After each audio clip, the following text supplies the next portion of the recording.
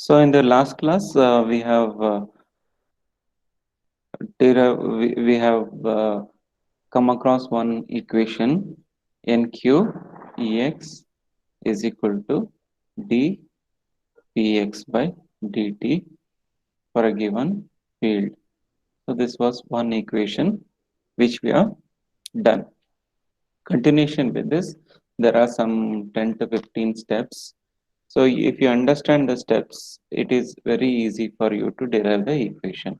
They'll ask you to derive an expression for mobility, derive an expression for current density, all those things. So during that time, you have to do this derivation. And at any point of the equation, they can ask. So don't think that the starting till ending. So you have to write for all. So see the question, and based on that, you can answer. So basically, what happens is, as I had discussed in the last class, there is random motion which undergoes, which is going to give rise to random scattering. So random motion which will give you random scattering. So here, one of the electron, when one of the electron it starts moving, means it is getting accelerated, and afterwards it is going to be uh, uh, it is going to collide with another atom. So because of this, what happens? This acceleration of this electron, which is going to be the acceleration of this electron when it hits the other atom, or when it hits the walls of the conductor. So during that time, what happens? The acceleration decreases. So what do you call that decrease in acceleration? Hmm? Rate of change of velocity is with respect to time is acceleration. Decrease in velocity is deceleration, right? So because of this acceleration and deceleration, both will happen here. So because of the collisions, so because of the collision of the electrons with respect to the walls or with respect to the atoms, what happens? Both acceleration and deceleration takes place. So they take place in such a way that the acceleration will be equal to deceleration. So when acceleration and deceleration both are equal, then we tell that the change in the momentum, the change in momentum will be equal to 0. So because acceleration and deceleration both are equal, means that means they cancel out each other. The velocity will cancel out each other. Because of that, what happens? The momentum, the change in momentum will be 0. So now this is what happens when there is random motion or random scattering inside a conducting material. This is a conducting material. Inside this, the acceleration takes place, electron will move, and again it is going to hit the wall.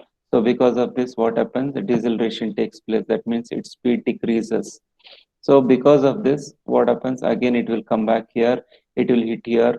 So again, deceleration takes place, because of which the amount of acceleration it has achieved here while at the beginning, that will be coming to 0. So because of this, what happens? The change in momentum is 0. Okay, till here, please remember. So I'll tell it again from the beginning, from the first equation. So in the first equation, we have considered electric field along x-axis, and we have considered the momentum, pxp, small p is the momentum. See, if you write capital P, what does it indicates? Hmm? Instead of small p, hmm? What does it Power. indicate? Power. Okay, so it indicates power. So that's why you should always, whenever we tell about the momentum, you should use small t. So electric field, we assume that the electric field is assumed along x-axis. Because of this, the charge carrier number of charge carriers or number of electrons will be um, accelerated in a particular along x-axis. Because of this, some momentum is achieved with respect to some particular time duration. Okay, so based on that, we wrote this equation.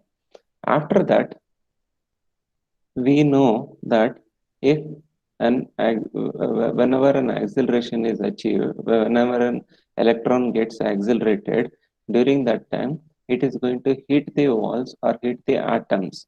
Because of this, what happens? It is just like a car is moving. That means you are pressing the acceleration and you are hitting. You are pressing the acceleration accelerator, and the car is moving.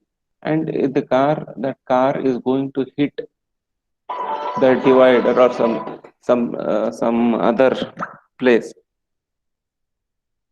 Okay, just a minute.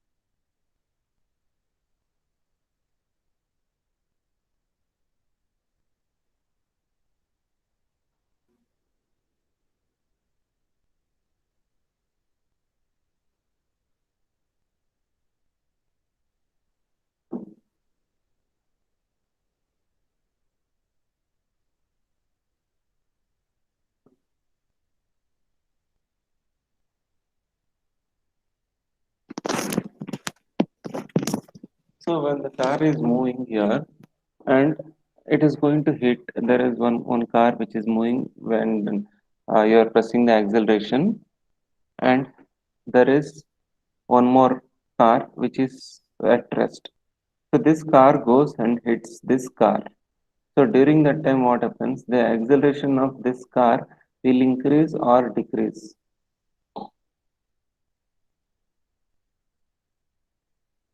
The car X and car Y.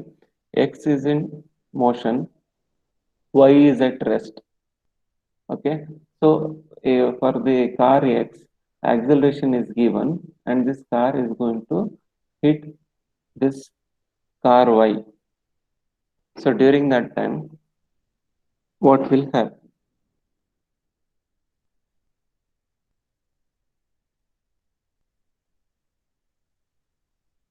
Hmm? So momentum of X is transferred to Y. Fine. What about I'm asking with respect to acceleration? It decelerates, sir, after it hits. It decelerates. Okay. So, what about the momentum of X? The momentum decreases, sir. Hmm. Okay, momentum decreases. So, in the same way, here in this case, what happens? So, because it will be having multiple collisions here, even though one electron has got acceleration, it incurs multiple collisions. Because of that, what happens? A deceleration happens, and the net momentum will be considered to be zero. Okay, so till here I think hope you have, all of you have understood. Continuation with this. Now let us consider group of electron. Group of let so it is better if you keep on writing along with me so you can understand. So let us consider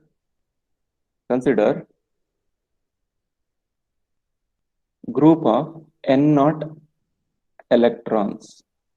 Group of n naught electrons at time t is equal to 0. Let us consider there are n naught electrons at time t is equal to 0 and let n of t, it is going to define the number of electrons that have not undergone a collision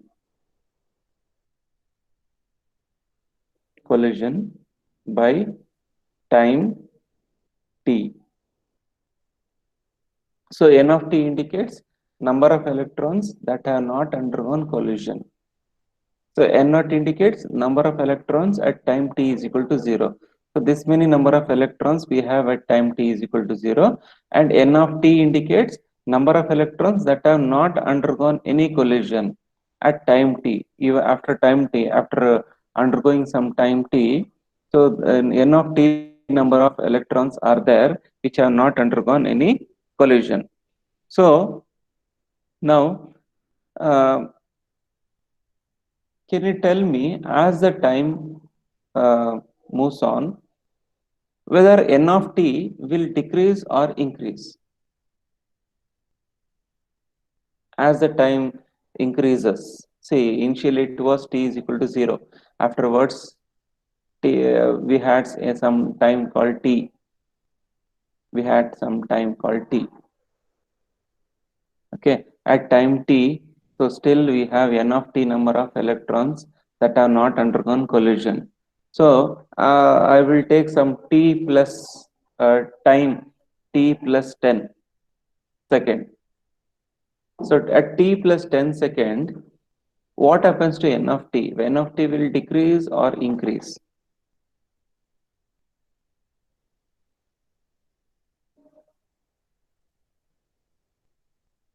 Hmm? See, now I have increased the time. After a time has elapsed, t plus 10 seconds time has elapsed. Now, whether n of t is going to decrease or increase. See, what is n of t? N of t is number of electrons that are not undergone collision by the time t. But now that I am telling, now the time is t plus 10.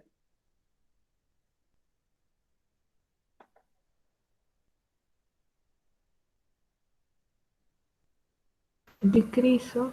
Yes, n of t will decrease. No, as time increases, there will be chance of collisions, right? And as the time is keep on increasing, so what happens? The collision will also increases. So this n of t will start decreasing. N of t will start decreasing. So we can tell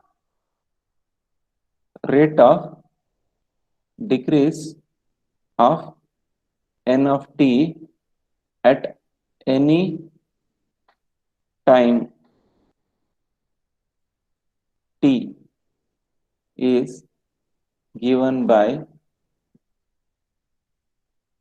minus d n of t by dt is equal to 1 divided by t bar into n of t. So here this t bar is the mean lifetime. T bar is the mean lifetime, and n of t is the number of electrons which have not undergone collision. So rate of decrease of n of t at any time. So this is rate of decrease of n of t with respect to some particular time duration. This is directly proportional to the number of unscattered electrons left at time t. N of t indicates number of electrons which have not undergone collision or which have not got scattered. Yes, they have not undergone scattered means they are not undergone scattering means what does it mean? It means that they are not undergone collision. So dn of t by dt is directly proportional to number of electrons which have not or number of electron left unscattered. Okay, so 1 by t bar. So this will be a constant mean lifetime. So mean lifetime means yesterday I had told what is mean lifetime.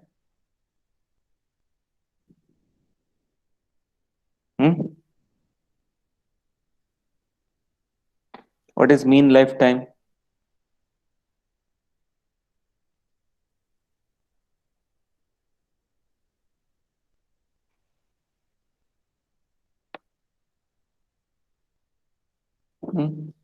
Tau or t bar both are same. In some textbooks, tau is used, somewhere it is t bar is used. Both are same. What is tau or t bar? I told you yesterday mean lifetime. So I told one definition for this.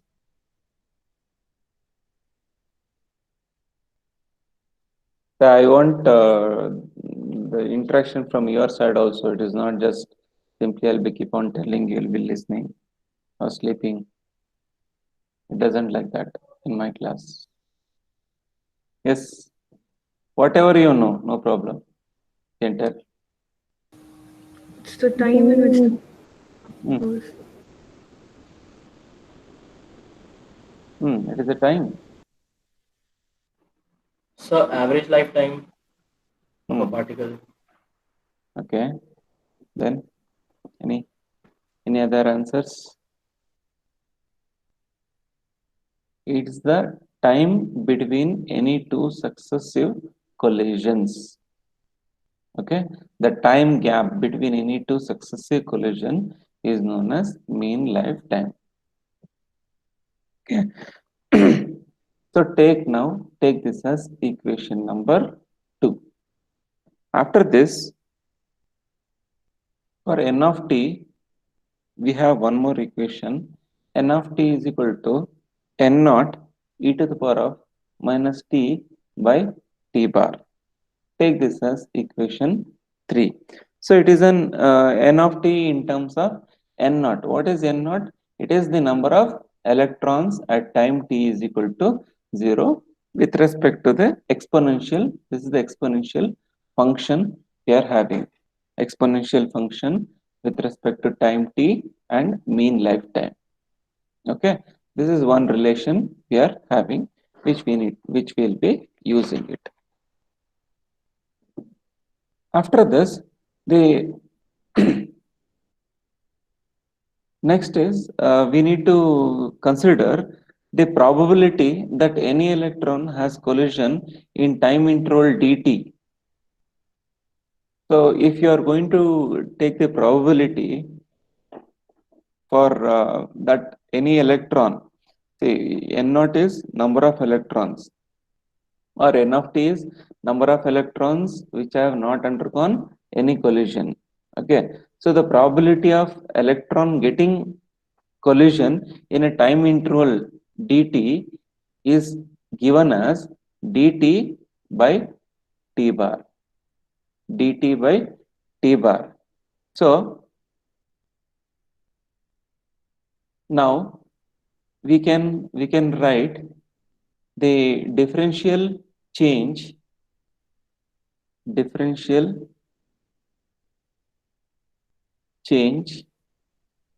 in px due to collision in time dt is dpx is equal to minus px dt by t bar. So take this as equation number 4. So what does it what does it gives actually is, so it is going to give you the differential change in px. What is px? Momentum with respect to x direction. Okay, px due to collision in time dt is, so change, differential change is equal to minus px dt by t bar. So what is dt by t bar? It is the probability of time interval dt with respect to the mean lifetime. So we have derived till equation number 4.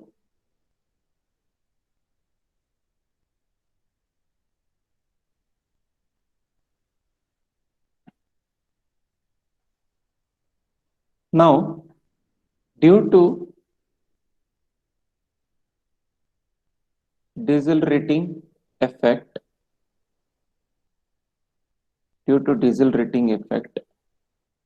of collision is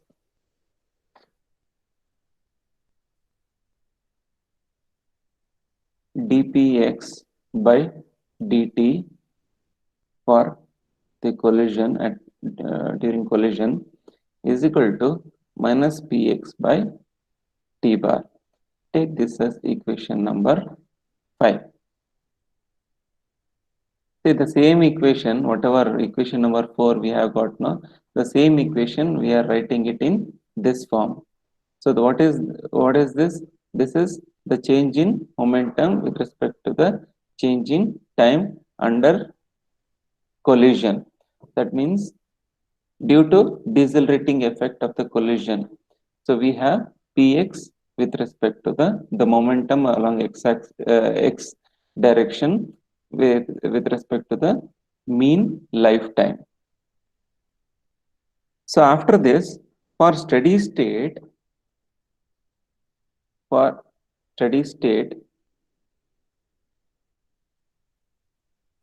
so in order to have a steady state, what do you mean by steady state? Steady state.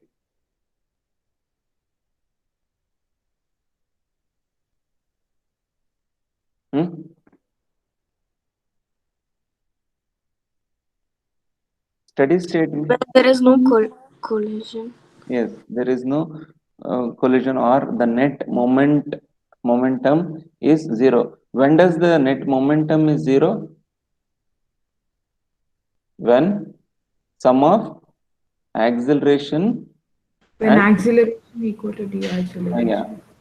So acceleration, deacceleration are equal to 0. So sum of acceleration and deacceleration is equal to 0. So we have already obtained for we have obtained two equations. This one equation and beginning one equation we have obtained.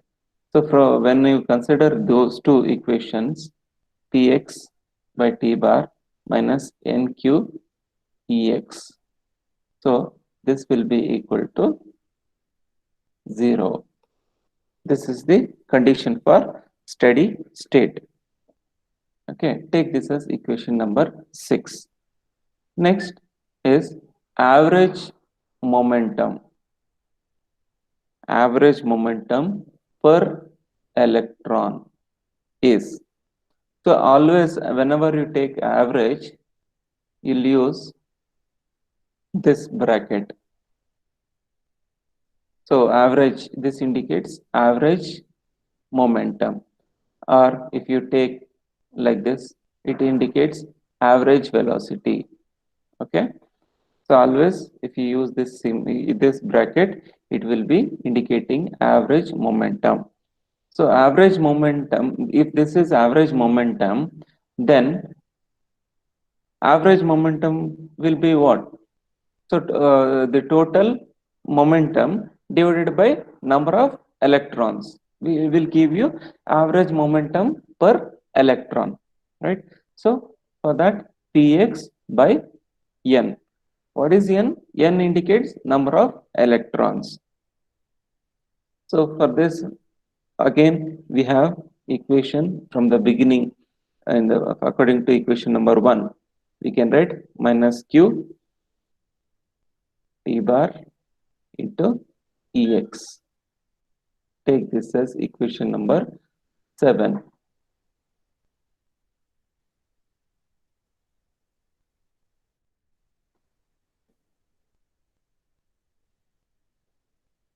Now, at steady state, average net velocity in x direction of electron is given by, so as I told, average velocity, and this is the average velocity, and we are taking with respect to x, that's why Vx, that is equal to momentum. So average momentum is Px, and with respect to electrons or holes, we are considering here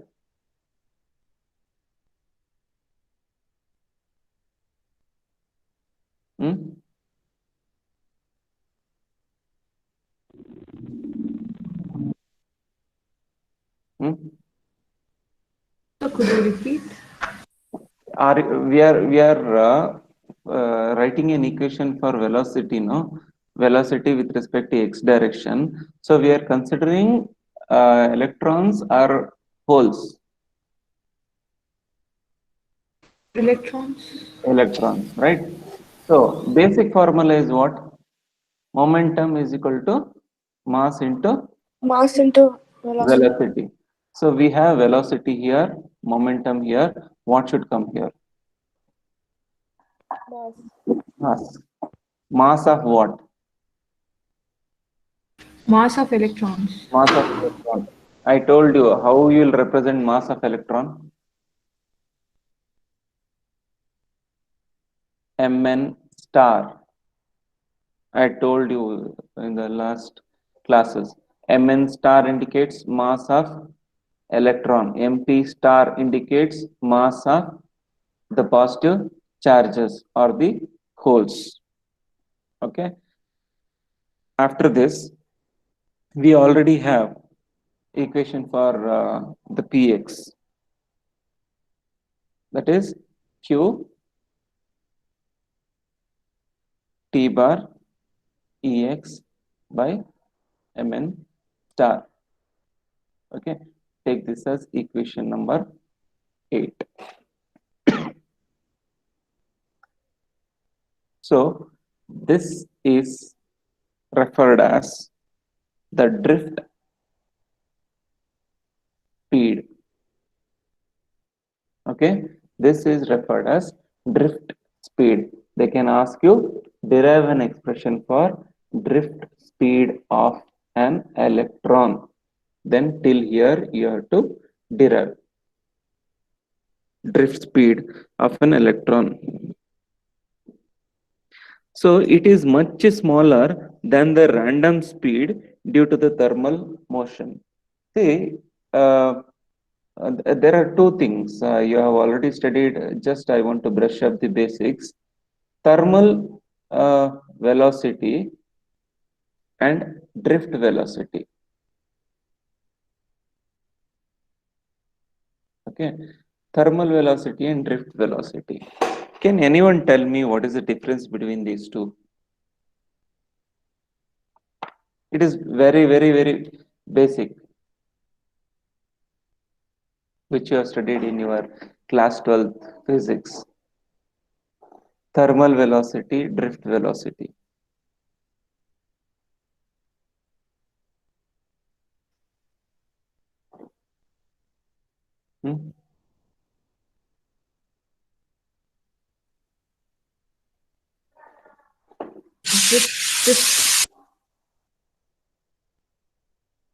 Drift velocity is due to the electric field, sir. Okay.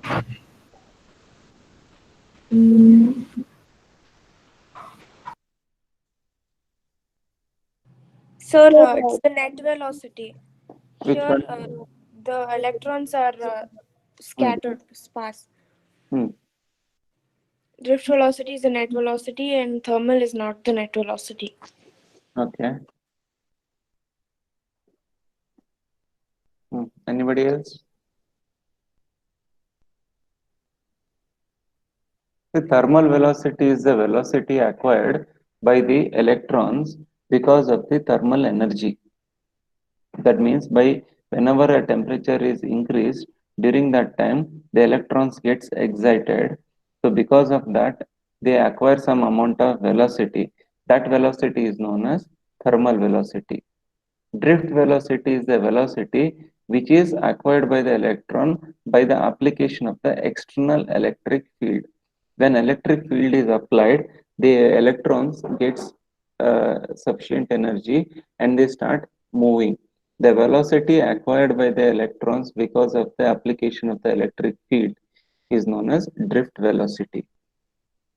And in thermal velocity, what happens is this is not dependent upon the electric field.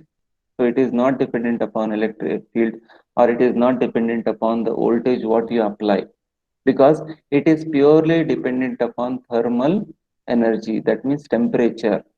So based upon temperature, the thermal velocity of an electron will be there. But this drift velocity is directly proportional and it is mainly dependent upon what amount of voltage you apply to the conductor.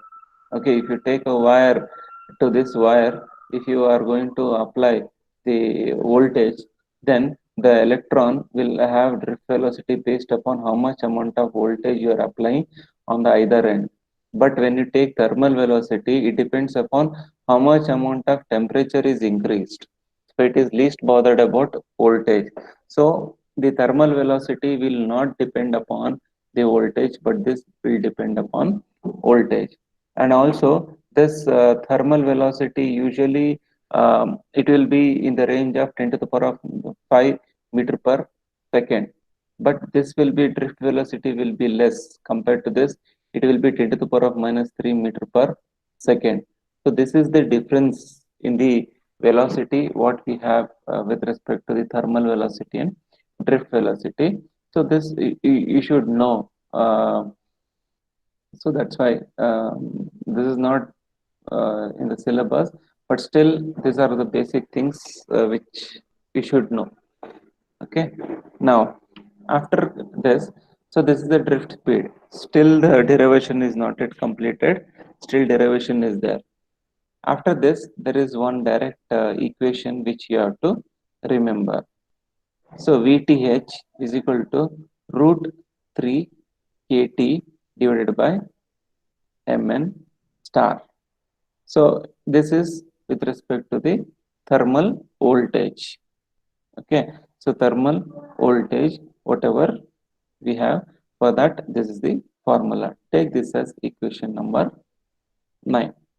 After this, we have to write an equation for J. What do you mean by J?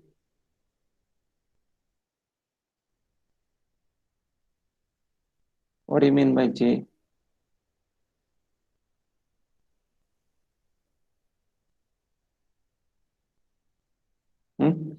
J is current density. Current density. So we have derived an equation for drift velocity. Now we have to derive an equation for current density. And in the entire equation, we are speaking with respect to x direction. So here also the current density will be defined in x direction. So Jx is equal to the current density resulting from the drift is given as Jx is equal to minus q n into Vx. Okay, so number of the charges into the drift velocity of the charges. Okay, after that, whatever we have obtained here, the formula we have obtained here, no, Vx formula, just substitute that Vx formula here in this.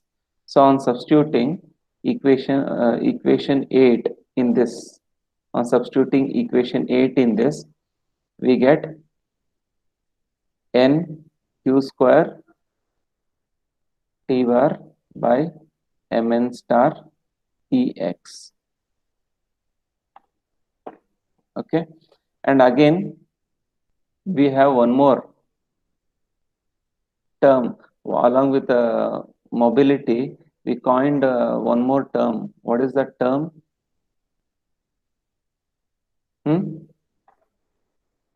Conductivity. Conductivity. So what is the symbol for conductivity? What is the symbol? Sigma, sir. Sigma. Sigma is the symbol for conductivity. So sigma is given as nq square t bar by mn star. Okay, so this, take this as equation 10, this as equation 11. So this is the standard equation. So we know that sigma is this much. So when you substitute sigma in the place of this, we get Jx is equal to sigma into Ex. So this is equation number 12.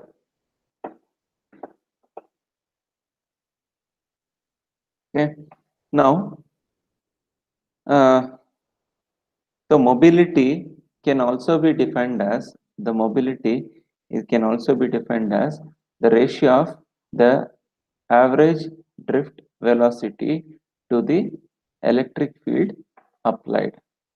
Ratio of average drift velocity to the electric field applied. Okay, so this is one formula we are having. Sometimes they'll ask you one more thing. What is the total current density? So whenever you consider total current density, see in this entire equation, what we have considered, have you considered both positive and negative charges, or only positive or only negative?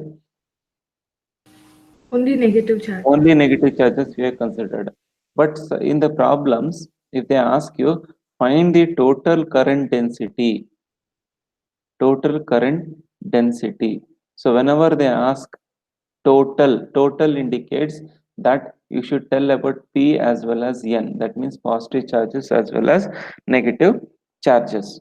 So during that time, the formula what you have to use is Jx is equal to Q into N into mu N plus P into mu P into Ex. Okay, this is the formula you should remember. Okay, so this is the derivation for current density, mobility, conductivity, drift velocity. Okay, so anything can be asked in this. They can ask you derive an expression for the current density, derive an expression for mobility, derive an expression for conductivity, derive an expression for drift velocity. Anything can be asked. Okay, so this derivation you have to learn. Based on this derivation, you have got lots of problems on this, which I'll be solving later. Okay, so we'll stop it here. You can take up the quiz.